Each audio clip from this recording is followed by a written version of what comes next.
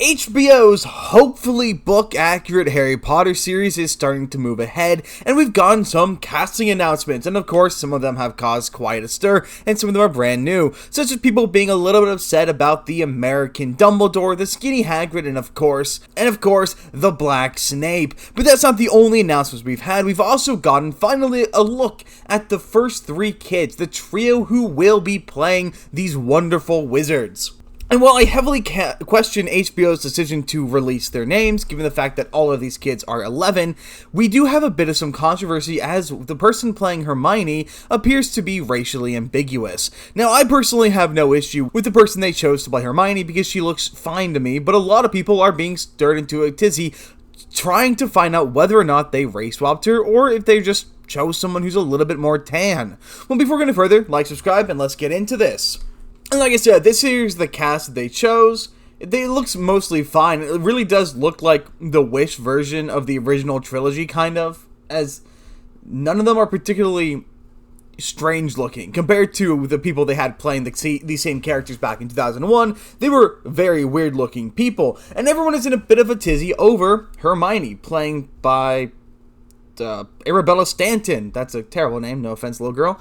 But people are in a bit of a question because she appears to be darker. Nobody can quite put a pin on exactly what her racial background is, and some people think that's entirely intentional. There have been rumors from the get-go that supposedly they're going to be race swapping Hermione because the cursed child went and they had to go and race swap her into being a black character, which wasn't, of course, a thing in the book. Some people claim that J.K. Rowling intended for that, but that's just a straight-up fabrication, and people are just lying about that.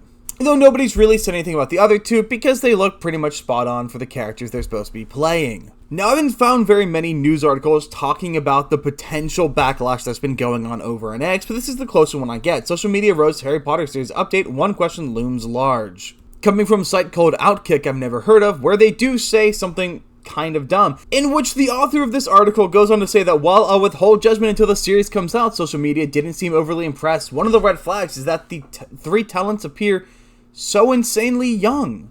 Obviously, the characters are young in the early books, but by book 3, Prisoner of Azkaban, the series takes a very dark turn and never lets up. If that's the vibe you get from the photo, yes, by book 3, year 3 years into it, when these kids will be turning 14, is when the book starts to get dark, and the series gets dark. And they did the exact same thing in the live-action movies that they did back in the early 2000s. This is a bizarre comment to make, because that's the entire thing about Harry Potter.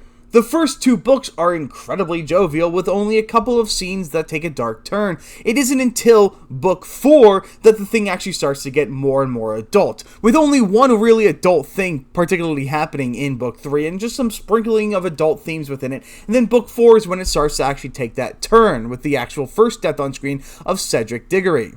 And no, these three kids don't look like they should be because they shouldn't look like it's going to take a dark turn. Or must I remind you of the initial picture from the first run? I mean, taking a look at this old photograph coming back from when the first cast was announced, it's pretty much the same picture, just a slightly different position, but it's equally lighthearted and not at all serious as this one right here. The complaint is, of course, moot, and is kind of an odd one to levy, because this picture also shows an equally low level of darkness. This website then proceeds to share a ton of the people tweeting about how it didn't have to be made, and no hate to these kids, but they're messing with my fave movie series. Bro, why can't they just never respect the book? And of course, that one is actually referencing the Hermione casting. Can't wait for the season finale when Voldemort files a lawsuit for age discrimination. It doesn't need to be remade, OMG. Just create stories in the world, not make the same damn series and remake it. Y'all are ruining the magic. Yes, now Mudblood is going to be even more racist, and Harry being immediately suspicious of the one black professor is going to go so well. Now, this article goes on to fully go under the assumption that this actress is in fact not white, and goes on to say things like, one of the main issues is that throughout the books and films, Malfoy regularly calls Hermione a mudblood, a slur for people born to non-magical parents. Is HBO really going to have scenes where a young girl who appears non-white is called a slur? I somehow doubt it, but that's a huge part of Malfoy's character. Is HBO going to seriously include that? Another comment is, you know what else is in the books that will almost certainly never see the light of day again? Hermione being against the slavery of house elves, and she was mocked by her fellow students for her efforts. Now, to be clear, Hermione wasn't mocked for opposing slavery. She was mocked because the house elves themselves want to be enslaved. Bit different. Now, a lot of these criticisms and concerns about her race are entirely valid if they're true. Problem is, we only have one picture of this actress in this lighting to suggest that she might be racially ambiguous. While 100% fine with criticizing this show if they do in fact race swap Hermione or race swap anyone else, and I probably won't watch it purely on the grounds of them turning Snape into a hot black man, I would rather be accurate above all else. The last thing we want to become is dogmatic. We need to be pragmatic and practical and realistic. We need to be sure that we are accurate before we make ourselves look like idiots. So of course, this is the picture that's been going around because this is the picture they advertise, and it does look questionable. She's darker, she's tan, but doesn't mean she's not white. She could very easily be Mediterranean or Grecian or something along those lines, or just somebody who tans easily. When we have other pictures of her, like this one right here from a stage show she did of Matilda the Musical in London's West End from 2023 to 2024, where she looks a lot more pale. She looks very British. Now, this website from Forbes only refers to her as British. They don't specify any kind of ethnicity aside from that, so it's hard to say for certain, but we do need to be sure we're accurate before we put our foots in our mouths. But of course, J.K. Rowling is happy with it. Granted, I'm pretty sure J.K. Rowling would be happy with it no matter what the casting was, as coming from Daily Mail, J.K. Rowling delivers her verdict on the new Harry Potter child stars fronting TV series after a long bust-up with original actors. I couldn't be happier.